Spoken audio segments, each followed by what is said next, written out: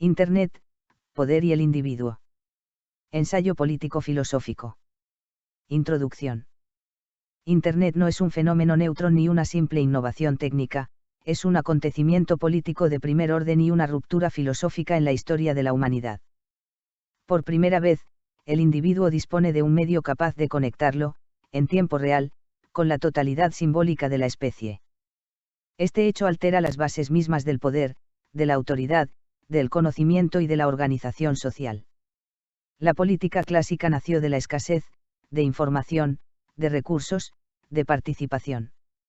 Internet emerge, en cambio, en un contexto de abundancia informativa y capacidad técnica suficiente para organizar la vida colectiva de otra manera. La pregunta central ya no es qué permite la tecnología, sino por qué las estructuras de poder persisten como si Internet no existiera. Este ensayo analiza la incidencia de Internet desde una perspectiva político-filosófica centrada en el individuo, entendiendo a la red como un espejo amplificador de la especie y como un campo de disputa entre emancipación y control. Y el individuo antes y después de Internet. Durante milenios, el individuo fue políticamente irrelevante. Su función consistía en obedecer, producir y reproducirse dentro de estructuras jerárquicas legitimadas por la fuerza, la tradición o lo sagrado. El acceso al conocimiento estaba restringido, y la ignorancia era un instrumento de gobierno. Internet introduce una anomalía histórica: el individuo puede informarse sin permiso. Puede comparar discursos, desmontar narrativas oficiales y construir criterio propio. Esto no lo convierte automáticamente en un sujeto libre, pero sí en un sujeto potencialmente autónomo. Desde una perspectiva filosófica, Internet tensiona la relación clásica entre sujeto y poder. El individuo deja de ser únicamente objeto de gobierno y se convierte, al menos técnicamente, en sujeto con capacidad de incidencia. 2. Conocimiento, verdad y deslegitimación de la autoridad. La autoridad política tradicional se sostuvo siempre sobre un relato, la promesa de orden, seguridad y sentido. Ese relato requería control del lenguaje y de la información. Internet fragmenta la verdad en múltiples versiones coexistentes.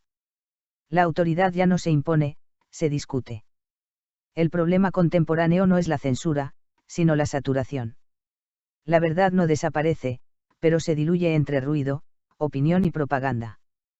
Filosóficamente, asistimos a una crisis epistemológica, el fin de la verdad única administrada desde arriba y el surgimiento de una verdad inestable, distribuida, conflictiva.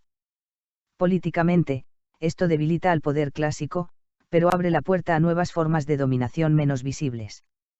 3. Algoritmos y poder sin rostro. Si el poder ya no reside exclusivamente en el Estado o en las instituciones, ¿dónde se aloja? En los sistemas que organizan la visibilidad. Los algoritmos no gobiernan mediante leyes, sino mediante relevancia. No prohíben, priorizan. No castigan, invisibilizan. Este tipo de poder es más eficaz que el poder represivo clásico porque no se percibe como imposición.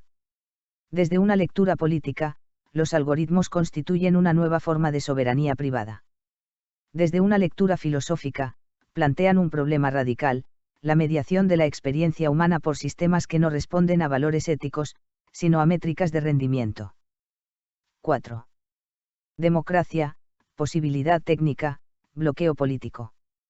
Internet hace técnicamente viable una democracia directa, continua y verificable. El obstáculo no es tecnológico, sino político.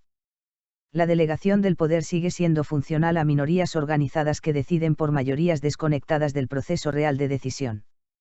La participación digital actual es mayoritariamente simbólica. El ciudadano opina, reacciona, se indigna, pero no gobierna.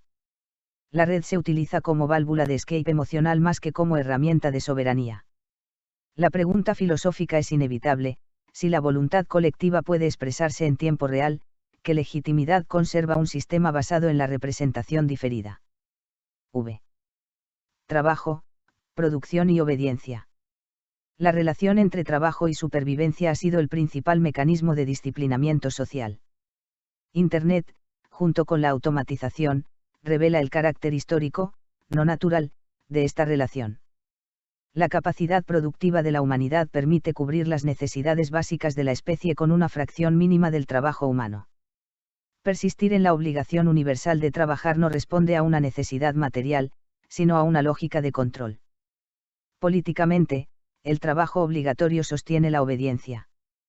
Filosóficamente, entra en conflicto con la idea de un individuo libre. Internet hace visible esta contradicción y la vuelve imposible de ocultar. B. La ilusión de comunidad y la soledad estructural. Internet conecta individuos, pero no garantiza comunidad. La comunidad requiere tiempo, presencia y responsabilidad mutua. La red, en cambio, favorece la inmediatez y la fragmentación. Desde el punto de vista político, esta soledad funcional debilita la acción colectiva sostenida. Desde el punto de vista filosófico, plantea una paradoja: el individuo está expuesto a la totalidad de la especie y, sin embargo, profundamente aislado. 7. Internet como espejo moral de la humanidad. Internet no crea nuevas virtudes ni nuevos vicios. Amplifica los existentes. Expone sin mediación la inteligencia, la estupidez, la solidaridad y la crueldad de la especie. Este espejo resulta incómodo para cualquier proyecto político basado en idealizaciones. La red muestra que el problema no es únicamente el sistema, sino la naturaleza contradictoria del ser humano. Conclusión: el conflicto abierto. Internet ha colocado a la humanidad ante una encrucijada histórica. Nunca el individuo tuvo tanto acceso al conocimiento ni tanta capacidad potencial de decisión. Nunca, tampoco, el control fue tan sutil y omnipresente. El conflicto central de nuestra época no es tecnológico, sino político y ético: si Internet será una herramienta de emancipación del individuo o una arquitectura de control más sofisticada que cualquier forma anterior. La red ya existe. El poder también. La cuestión decisiva es si el individuo asumirá su responsabilidad histórica o continuará delegando su vida, su tiempo y su libertad en estructuras que Internet ya ha vuelto obsoletas.